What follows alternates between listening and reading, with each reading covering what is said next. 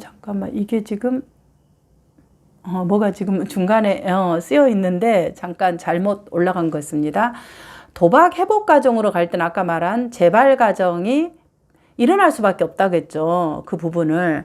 그러면은 이제 일어날 수밖에 없지만, 그래, 일어날 수밖에 없다. 그렇다고 우리가 손을 놔라는 게 아니에요. 그럼 우리가 일어날 수밖에 없다라는 것을 안다면은 촉발 요인이 있다라는 거죠. 다시 이 재발하려고 하는 그 요인이 뭔가를 알고 그거를 제거하는 것이, 우리 뭐랄까, 상담자들이 내 앞에 있는 도박 가족자하고 해야 될 작업이라는 거죠. 자, 그러면 봅시다. 어디에서 이제 이 촉발 요인을 제거를 해야 되냐 그러면은 아까 말한 것처럼 처음에 우리가 이렇게 그 중독 단계 밑으로 내려오고 회복 단계 올라간 한 사이클 그림 기억하시죠? 자, 그러면 거기에서 이제 이 회복 단계 첫 번째를 결정한다 그랬어요. 어떻게? 나 이제 도박 끊어야지. 나 이제 앞으로 안 할 거야. 하고 실행을 결정해요. 그리고 그 다음 단계는 뭔가요? 이제 실행을 하죠. 결정하고 나서. 그래서 내가 도박 없이 이제 적응하려고 막 초기 회복 단계예요. 그래서 어떻게 해요? 막 이것도 자르고 저것도 자르고 안 하고. 이럴 때 이제 그 가족들이 중요한 거예요. 그러면 이제 우리 상담사들로서는, 내 내담자들이, 우리 아이가, 이제 도박을 이제 어떤 실행하고 적응하려고 되게 애쓰고 있어요. 이렇게 얘기를 하겠죠. 상담실에 와서는. 그러면은, 이제 그래서 제가 상담을 그만둬도 될 것 같아요. 이렇게 이제 얘기를 하겠죠. 내담자들이. 그럴 때 상담자께서, 맞아요. 그러면 그 정도로 노력하셨는데, 우리 민들레님께서 자녀분이 도박을 끊고 적응하도록 하기 위해서 어떤 부분이 자녀가 이 도박을 끊을 수 있도록 하셨을까요? 이 요인을 발견하는 것이 필요한 거죠. 그럴 때 이제 이 지지 체계가 어떤 건지를 이 가족들이 아는 것은 그 지지 체계를 지속적으로 해주는 요인을 가져가는 거예요. 내가 만날 때마다 정말 이렇게 의심하고 싶은 마음이 있었는데 선생님께서 알려주신 이 아이를 만날 때마다 제가 너 오늘 또 도박했냐? 어디 갔냐? 이렇게 묻고 싶었지만 올 때마다 우리 아들 참 수고했다. 오늘 또 이렇게 걸어온다고 참 많이 애썼네. 이 얘기를 아침 갈 때마다 오늘 수고해라. 갔다 오면 수고했다. 이렇게 제가 인사하고 고생했다. 이런 부분으로 제가 계속 했어요. 그러다 보니 아이가 이렇게 좀 더 저한테 마음을 열더라고요.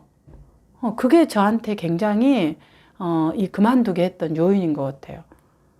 이 얘기를 내담자가 하잖아. 그러면은 뭐라고요? 이 대처 기술을 발견하신 거잖아. 알려준 거를. 맞아요. 우리 민들레님께서 자녀에게 수고했다, 고생했다, 그 인정해 주시고, 그리고 그것들을 지속적으로 관계를 한 것이 자녀가 그것을 끊고 지속적으로 하도록 하는 힘이 되셨네요. 그럼 이제 상담을 마치고 돌아가셔도 이 부분을 계속해서 하신다면 어떠한 일이 일어날 거라고 보시나요? 그러면 아이가 힘들어도 제 앞에서 계속적으로 어려움들을 얘기하지 않을까 싶습니다. 이게 이제 지지체계를 구축해 주는 것을 알려주는 거예요. 자, 그런데 이제 만약에 그러지 않은 부분에서 다시 재발이 됐다 그러면 재발을 촉발하는 요인이 어떤 건지를 확인하는 거죠. 이건 이제 뒷부분에서 있으니까 뒷부분에 자세하게 하겠습니다. 대처 기술 개발하는 실행 관계. 이 시기에 정말 우리가 회복이 될 때 어때요? 가장 역할이 중요하죠. 그래서 우리가 되었다 생각할 때 떨어지잖아요. 내가 최고로 되었다고 생각할 때, 이제 회복이 되었다고 생각할 때 대부분 마음을 놓게 돼요. 그러면 미끄러움을 타잖아. 이때 가족들이 정말 중요하다. 자, 세 번째 단계는 재발 방지 시기. 재발 방지 시기라는 건 뭐냐면 이제 태도. 내가 내 스스로에 대해서 어떻게 생각하는지 생각, 대처 방식의 변화, 인간관계, 그 다음에 이제 생활 방식의 변화, 이런 것들이 일어나면은 어때요? 재발을 방지하는 시기로 가는 거죠. 그래서 아까 말한 그 유지 요인들을 지속적으로 하도록 가족들이 협력하는 것이 굉장히 중요합니다. 이 부분을 이제 상담에서 다루는 거예요. 이 부분들. 그럼 이제 다룰 때 이제 우리가 어떻게 다루는가. 잘한 경우에는 우리가 이제 아까 말한 유지를 하게 하면 돼요. 근데 이제 우리가 대부분 고민이 되는 것은 이제 뭐 계속해서 뭔가를 우리가 막 의심을 해야 되고 막 이렇게 뭔가 모니터링을 해야 되는 게 어려운 거잖아요. 자, 그럴 때 우리가 어떻게 하느냐. 자, 저는 그럴 때 가족들에게 이렇게 얘기를 해요. 우선은 내가 계속 이 일을 언제까지 해야 되느냐. 내가 계속 그 아이를 감시하고 내가 무슨 뭐 지금 뭐 감시관이냐. 내가 너무 싫다. 이런 얘기를 할 때 저는 이렇게 해요. 맞아요. 그런 마음이 드실 수 있죠. 그러면은 지금은 자녀가 회복 단계에 있으니까 뭔가 누군가가 이 부분을 지지해 주는 건 필요할 것 같아요. 그래서 오늘부터 내가 자녀를 통제하는 자가 아니라 명탐정 이름을 한번 우리가 붙여보죠. 그래서 이제 이야기 치료로 제가 이제 본인의 명탐정을 어떻게 하자. 뭐 셜록 홈즈라고 하기도 하고 아니면은 뭐 사이런의 눈 이렇게 이제 자기가 붙이고 싶은 이름을 붙여요.